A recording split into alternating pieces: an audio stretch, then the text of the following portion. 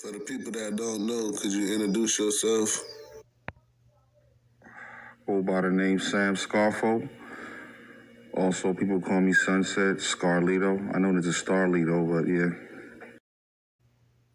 For the people that don't know, was you a regular rapper first, or you always was a battle rapper? Because I know a lot of people seen some of your legendary battles, you know what I mean?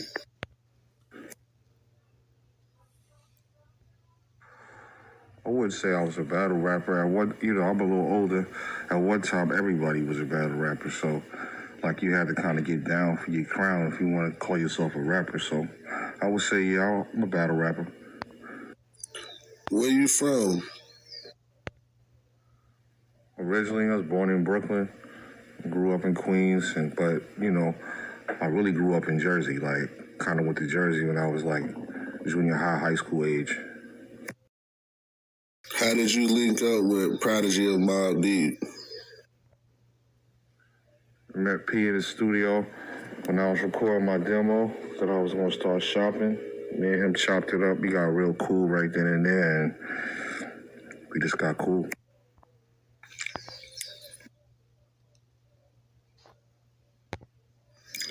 Tell us about your deal with Defjam. Like, where was you at when you got signed, and who helped make that happen and everything like that?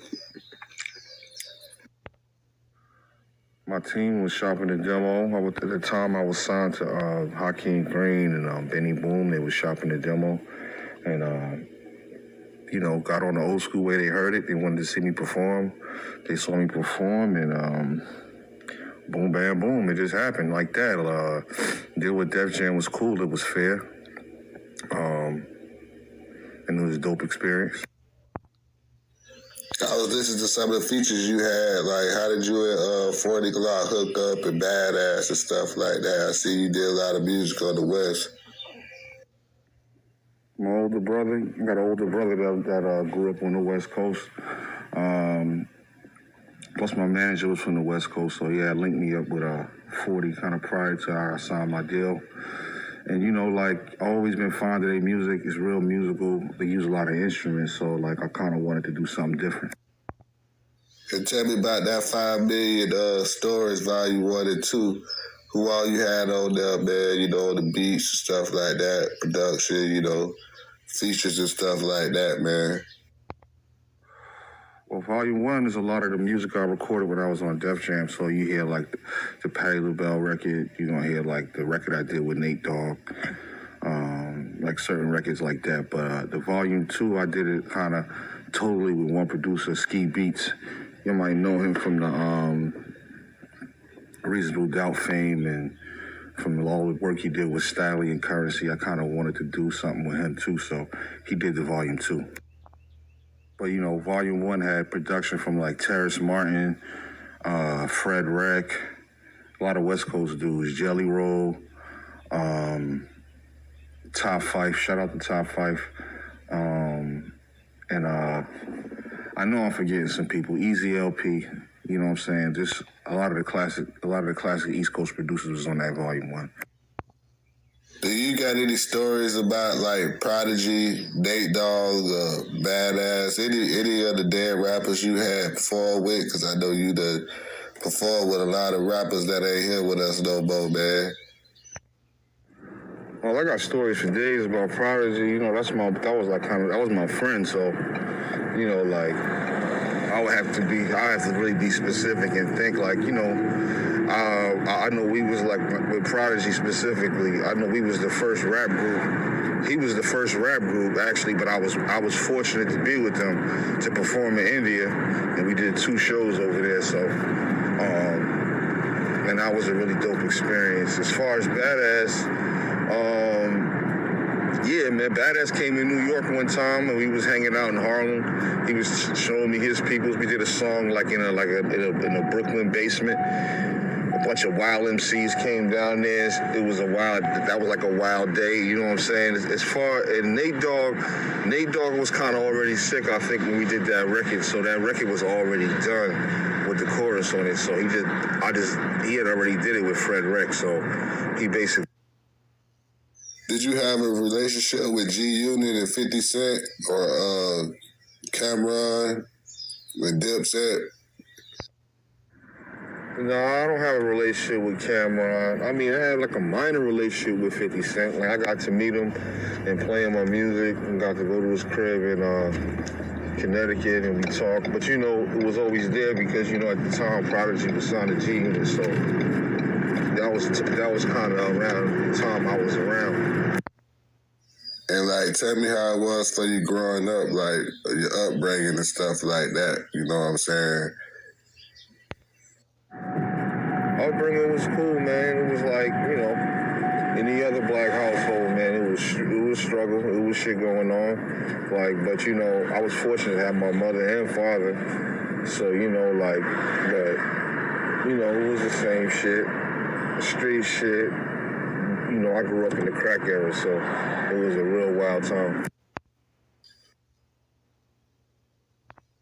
So when you was over there at Defjam, they didn't try to, like, change your style or nothing like that? Did they try to put you in there with different producers or, like, pick out the dudes they wanted you to do features with? Like, how that went down? Like, when you get a deal, are you able to, like, do your own thing or you got to go under their structure? You know, a lot of people, they don't know. So could you tell us? Well, everybody's situation different. I could say about my situation, I was fortunate to have control over the music. Like, you know what I mean? Like, and control over who I wanted to work with. Like, I didn't come in really signed under any umbrella. I mean, yeah, I came in with Benny Boom, but he's a video director, and Hakeem was an older MC, so he kind of really let me kind of drive the car and pick the producers I wanted to work with. You know what I mean? Had I would have came in signed to like a Disturbing the Peace or a Rock Nation or something like that, it probably would have been, it was Rock La Familia at the time. If I'd have been signed to one of those, it probably would have been a lot more control. But because when I got signed with, I got signed with the intention of trying to hopefully get my own situation.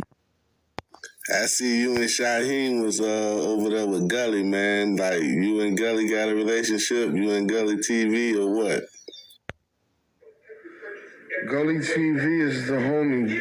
Like, you know, I met him like in Mobb Deep's Havoc studio actually, probably about 15 years ago. But, you know, he always kept it real.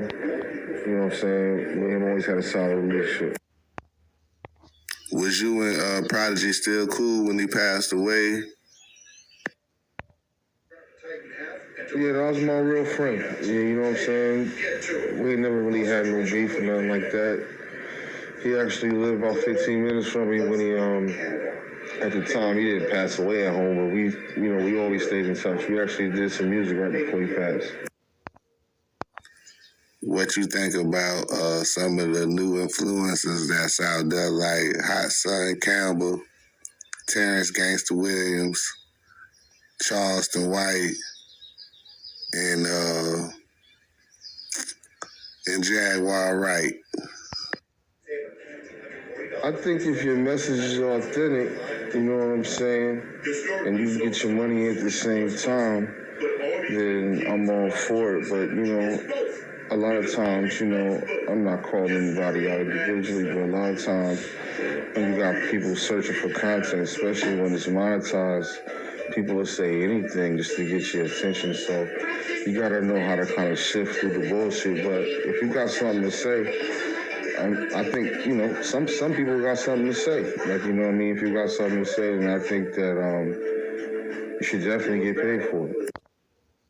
And tell us about some of the music conventions you done went to, you know what I'm saying, like Jack the Rapper and different conventions and stuff. You know, it don't gotta be Jack the Rapper, just wherever, you know what I mean?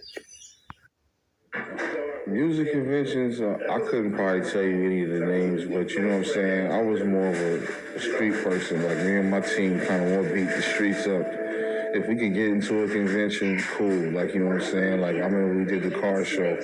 We went there and it was like we linked up with Benzino, and from there we ended up going on High 97. So that was like a cool little thing. You know, we had kind of went up there 50 deep with the t-shirts, you know, showing that that hip hop movement. You know what I'm saying? When it's a movement, people can feel it. You know what I'm saying? So, other than that, man, I probably couldn't tell you the names of some of these conventions I've been to. I've been to so many, but I was more of a street person, like, you know, beating up the streets, putting material out there, giving them T-shirts, giving them posters, doing things like that. Sheesh, enough on that, man. Y'all get in the comments if y'all want some more of this interview. Y'all want to hear part 2. Peace. I'm out.